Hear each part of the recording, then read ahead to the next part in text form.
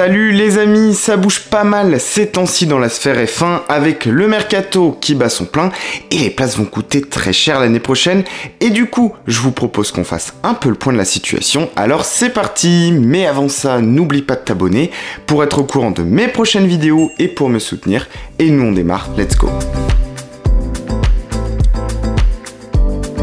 On commence par la petite dernière du classement, Williams. Alex Albon a signé un contrat pour plusieurs années et a donc sa position assurée, mais quid du deuxième baquet? Le Grand Prix d'Italie a montré une fois pour toutes que Latifi n'avait plus sa place en F1 l'année prochaine, et Jost Capito, il semble aussi l'avoir compris et regarde ailleurs. En premier lieu, on pense évidemment à Nyck De Vries, qui a fait un exploit à Monza, qui semble d'ailleurs en pole position pour le remplacer, mais De Vries il cherche aussi peut-être mieux, et ces temps-ci, la piste AlphaTauri semble se rapprocher très nettement.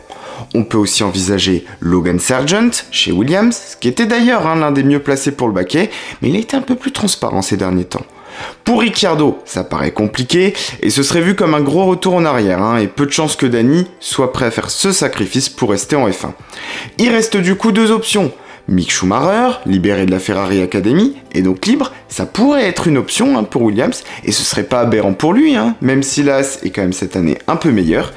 Et enfin, l'éternel joker, Nico Hülkenberg, qui a remplacé Vettel en début d'année, et qui semble vraiment vouloir revenir, alors il est lui aussi un potentiel candidat, avec en plus beaucoup d'expérience.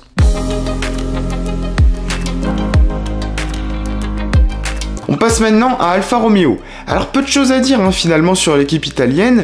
Bottas sera toujours de la partie et Guan Yu Zhou, c'est vraiment un bon élément. Il prend même le pas des fois sur Bottas, il a inscrit un point en Italie, ce qui fait que du coup, sa reconduction, franchement, il la mérite. Le line-up devrait donc a priori être conservé. Chez Haas, ça peut aussi bouger sur le deuxième volant, à voir les propos de Günther Steiner. Schumacher ne semble plus trop en odeur de sainteté ces temps-ci, et celui qui pourrait bien avoir une deuxième chance, c'est Giovinazzi. Les sons de cloche concordent, puisqu'il a participé aux essais libres en Italie, et il le fera d'ailleurs aussi aux États-Unis. L'occasion de réévaluer un peu ses performances et de voir ce que ça donne. Et évidemment, on connaît aussi les liens resserrés avec Ferrari, alors ce serait évidemment une voie royale. Schumacher a toujours la possibilité de rester, et on évoque aussi Ricciardo, mais Steiner semble quand même plutôt refroidi par ses performances. Et Hülkenberg, il semble lui aussi bien placé sur la liste, d'après Autosport, une super licence, de l'expérience, et il l'a prouvé quand il a dû remplacer d'autres pilotes pendant le Covid, il tient la route. Un deuxième volant en tout cas convoité, et ça nous change de 2021 chez Haas. Côté AlphaTauri, déjà tout dépendra de Pierre Gasly. Il a sa place pour 2023, ça c'est sûr, mais à voir aussi avec les négociations du côté d'Alpine. On vient en tout cas d'apprendre que Colton Herta ne devrait pas rejoindre la F1 en 2023, Red Bull renonce à l'engager, la FIA a pris trop de temps pour prendre sa décision. Pour autant, la place de Gasly, elle n'en reste pas moins assez floue, car on est en F1 et la possibilité Alpine reste bien présente pour lui. Et du coup, c'est De Vries qui pourrait bien en profiter et prendre sa place. Ce serait évidemment une super opération pour lui, qui jusque-là, n'avait pas eu beaucoup de chance. Du côté de Tsunoda, il devrait poursuivre, mais rien n'est sûr. Le rythme, il l'a, surtout cette année, où il est quand même proche de Gasly en termes de performance pure, mais il continue de faire des erreurs, et ça pourrait quand même agacer pour une deuxième année en F1. Mais là aussi, faudrait lui trouver dans ce cas de figure un remplaçant, et il n'y a pas trop de pistes pour le moment.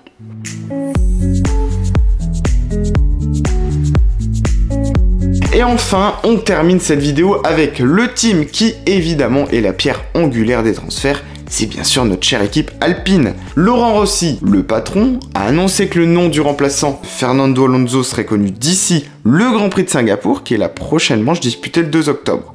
Numéro 1 sur la liste, évidemment, un certain Pierre Gasly. Les éléments semblent se mettre en place petit à petit, mais ça reste encore un peu incertain. Et justement, nos amis d'Alpine, ils ont bien compris qu'il fallait pas mettre tous leurs œufs dans le même panier, et c'est pour ça qu'ils misent aussi sur d'autres pilotes.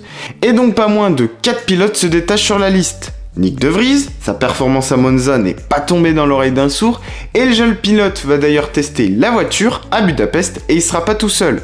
Il y aura aussi Jack Doohan, qui fait partie du programme jeune pilote Alpine, et il a montré récemment qu'il pouvait totalement avoir le niveau pour passer au step supérieur. Et puis encore ce bon vieux Nico Hülkenberg qui sera aussi présent, tout comme Colton Herta, avec moins de certitude de son côté, qui ferait ses tests pour évaluer son niveau de performance. Sans oublier Antonio Giovinazzi, qui va lui aussi participer au test Alpine et a donc une petite chance d'intégrer l'équipe. Dans le même temps, on nous annonce aussi que 3 pilotes d'IndyCar seraient en test à Barcelone, mais pour le compte de McLaren, à savoir Alex Palou, Colton Herta justement et aussi Pato Ward. En tout cas, pour ce qui est des autres équipes, tout est déjà figé, donc a priori, pas de surprise. Mais on a encore le temps de voir venir et tout pourrait se décanter dans les prochaines semaines, alors restez bien connectés. Nous on se retrouve très vite pour une nouvelle vidéo, alors pensez à liker et à vous abonner et on se dit à très vite, à bientôt.